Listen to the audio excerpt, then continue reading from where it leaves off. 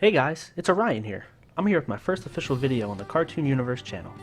I am still learning things, so please excuse my editing snafus you see, but today I'll be covering RWBY.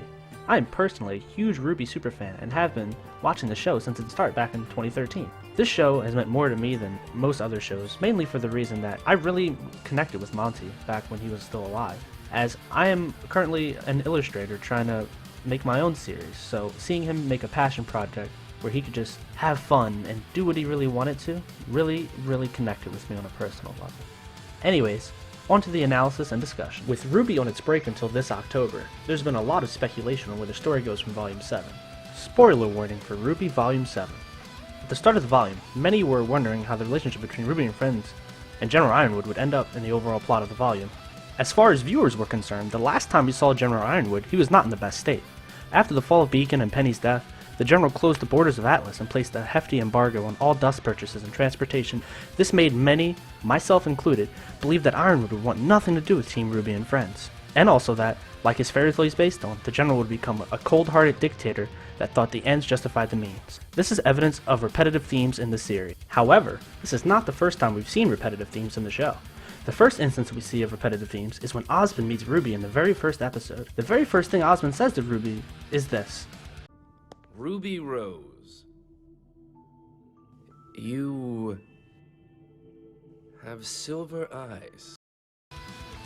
This seemed to be a throwaway line at the time, but turned out to be a major thematic point by the end of Volume 3, which revealed the true nature of RWBY's silver eyes. And writers Miles and Carey made sure to keep this thematic tangent relevant for every season thereafter, going as far as to suggest that maybe Osmond only accepted RWBY in the Beacon early as to take advantage of her silver eyes, like her late mother before her.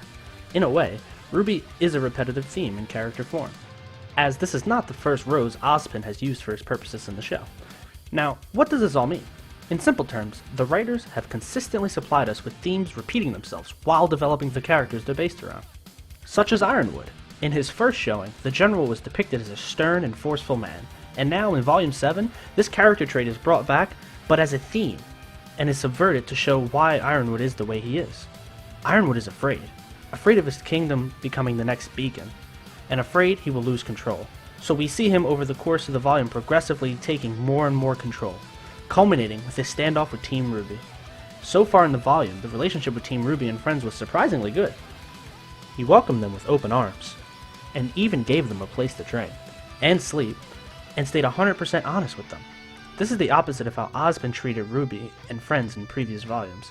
Ironically, Team RWBY hides major information about Salem from Ironwood, in a very Osmond way. By the end of the volume, we see that although Ironwood did everything he thought was right, he still lost a maiden and now has Salem on his front doorstep. If I were a betting man, I'd say the theme of fear and control will make a return in Volume 8 in a very big way.